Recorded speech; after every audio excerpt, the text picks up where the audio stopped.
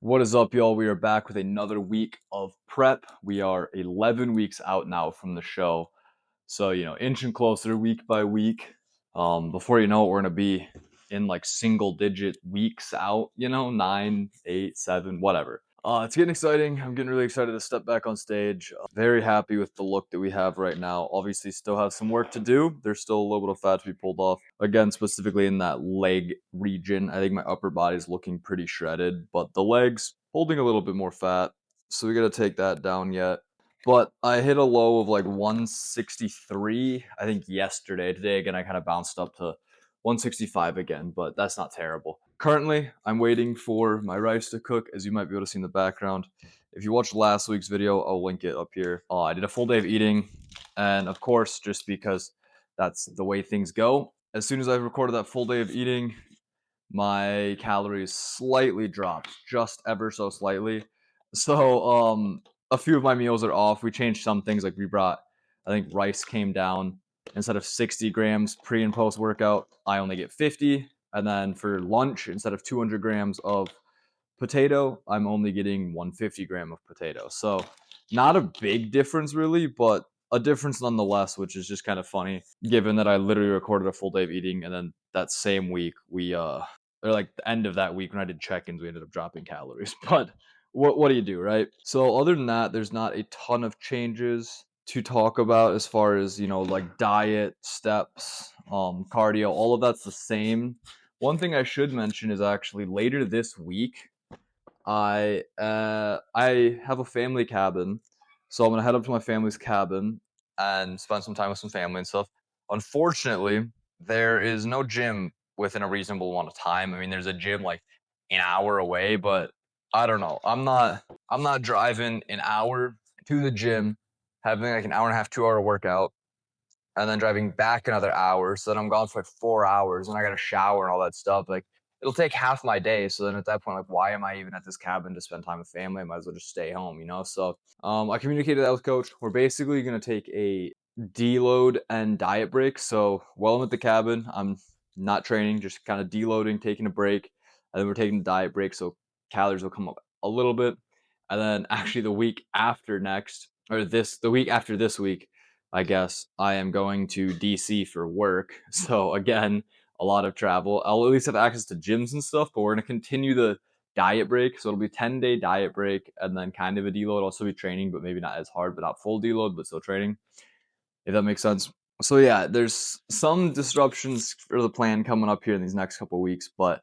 I've talked to coach. We're not too concerned about it. We don't think we're gonna have any issues. It shouldn't, disrupt anything too significantly. So once we get through this, then it's just head to the grindstone, and we'll push till we get to show day, at least for the first show, and then we have potentially two more after that, at least one more, potentially two more after that first show. That being said, my rice just finished cooking, so I'm gonna prep that up. I'm gonna eat that, and I'll chat with you guys before we start our workout, and we'll talk through kind of what we're doing today, what the workout is.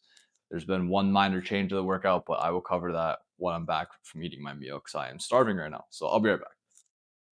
All right, so I just rolled up to the gym. I kind of forgot to record after eating my food. Classic prep brain type shit. I just kind of finished my food and creature habit. Finished the food, down the pre-workout, hopped in the car, went to the gym, rolled up here, and I was like, oh yeah, I was gonna record and tell you guys what's changed and actually what we're doing in the gym today. So I'm gonna try to make this fairly quick. The pre-workout is starting to hit me. I'm starting to get the beta alanine tingles, getting a little itchy in the face. But anyways, today is a push day. It's my push B day today.